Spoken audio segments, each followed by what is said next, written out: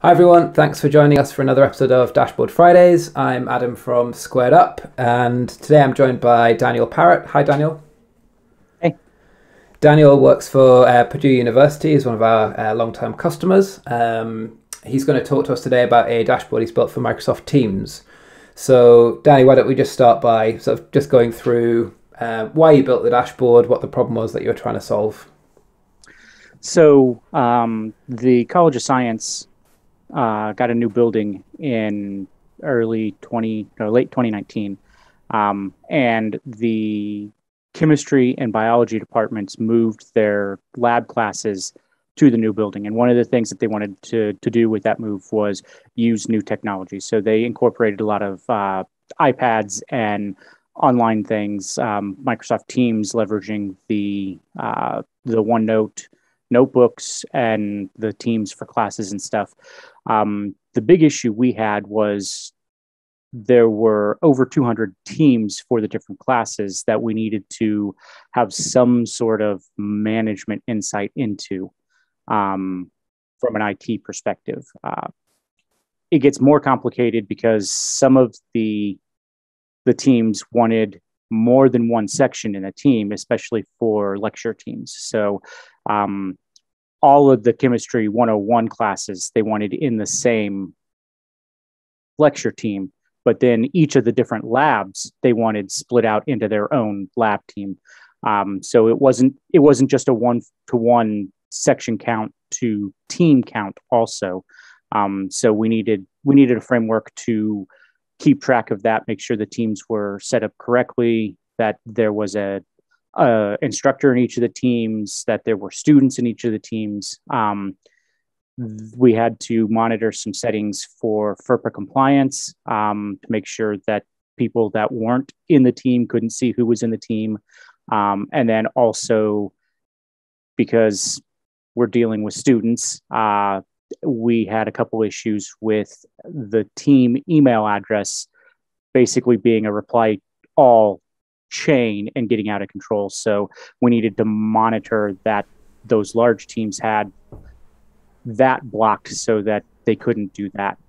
Then as time has gone on, we've added other things like making sure we know when the teams are going to be deleted, making sure there are no extra deleted teams, because some of the professors have been, I don't know what this team is. And because of the way Teams is set up, if they're an instructor, they're an owner and they can delete the team. So that way we get notification when a team's deleted quickly so we can go restore it before any data gets lost and find out who deleted it, so we can go to that instructor and say, can you please not delete this team? It makes it real hard for you to teach, or for somebody else to teach. Yeah. Well, I mean, that sounds like a pretty massive pain in the ass. So give us a little walk through this dashboard and sort of just, let us know sort of how this helped you solve that problem. So starting at the top, I added a quick semester identification, and then a count of the teams and the sections, just kind of for us to know. The next level down has checks for any deleted teams, and then the configurations to make sure that the students can't do emails incorrectly, or that the FERPA compliance is being monitored. That's what the lecture team configuration and the other team configuration is.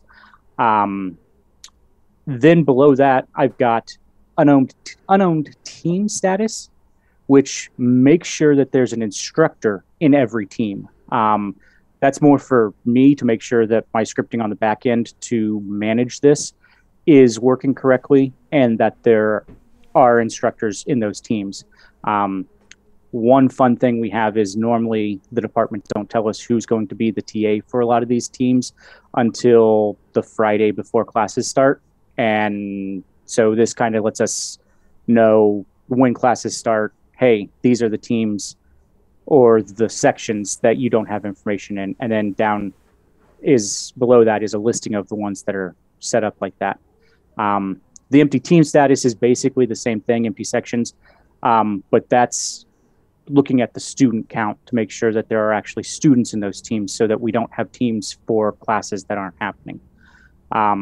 And then below that, we just check and see when the expiration is. These were all created approximately September 20th of 2001. So they expire in a year. So they're still all green. Within 30 days, they start going yellow if the expiration is within 30 days. So we can look at that. And then if it's expired, I think it's within 15 days, it goes red to let us know we need to do something manually. Nice. So one of the other things that I did was I've got different semesters. So this one, the next semester, is empty right now because I don't have any information yet for next semester. But this allows me to, when I start to get the data in for next semester, I can start managing that. If we look at 2 semesters ago, now we start to see some red. There's teams that are deleted.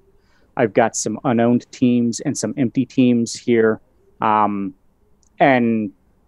I also use this as a final capstone project to get a master's degree, so that I could show that it wasn't just all green.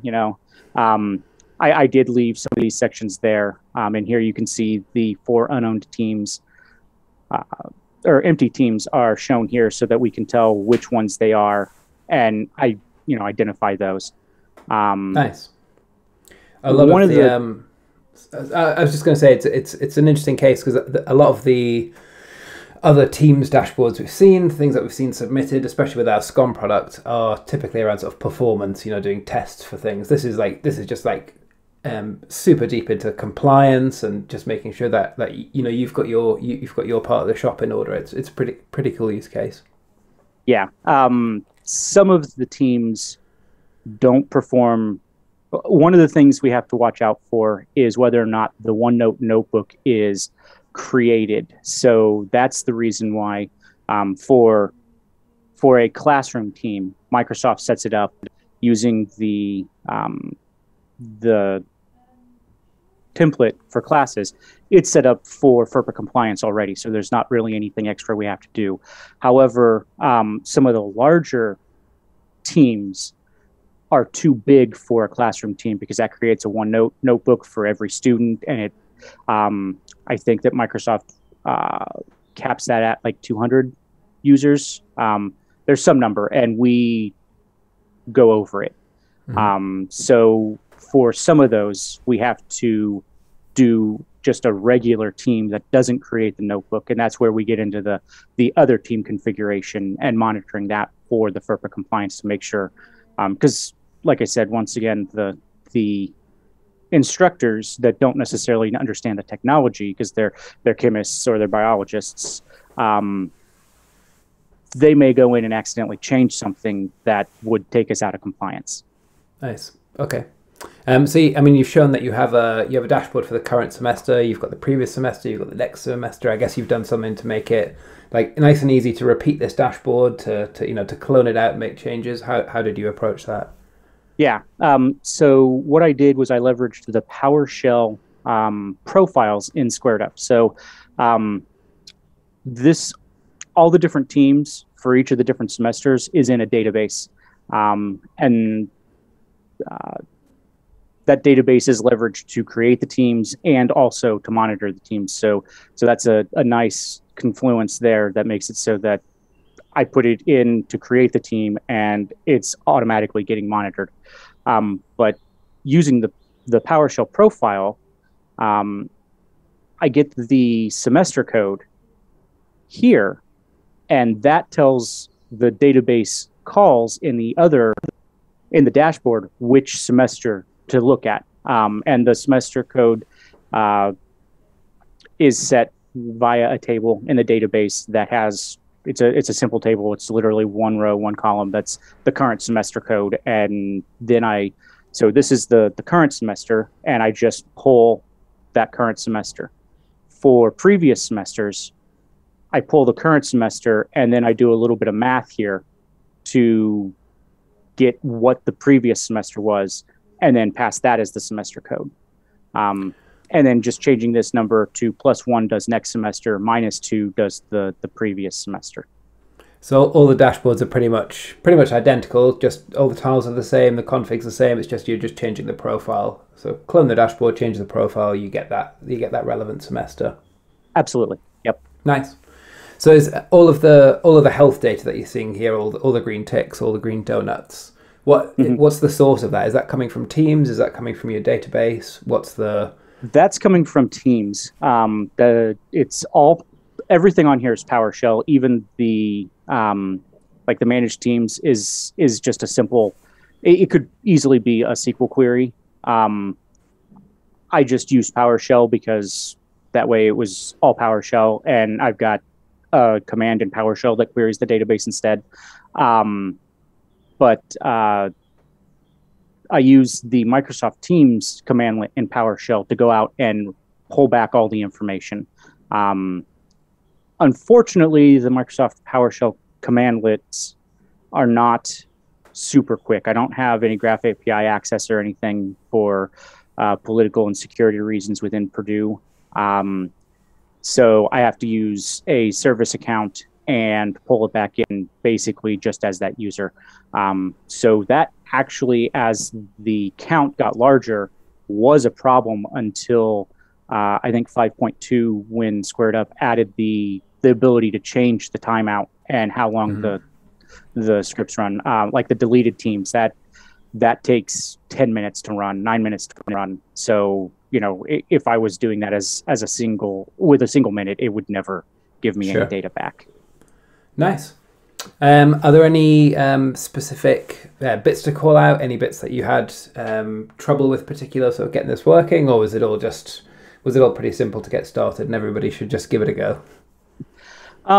It's pretty simple. The big thing is, due to legacy reasons, we use a custom database integration. PowerShell module, we don't use one from the PS Gallery or anything. So if you take my code, you'll have to modify the database calls because my SQL module isn't included in that. Also getting the database set up. The database that's supplied has a lot more information than what's needed for this. I think this needs like 3 of the columns in the table, but I needed a lot more information for creating the database or creating the teams. Microsoft only allows a single user to create 250 teams, I think.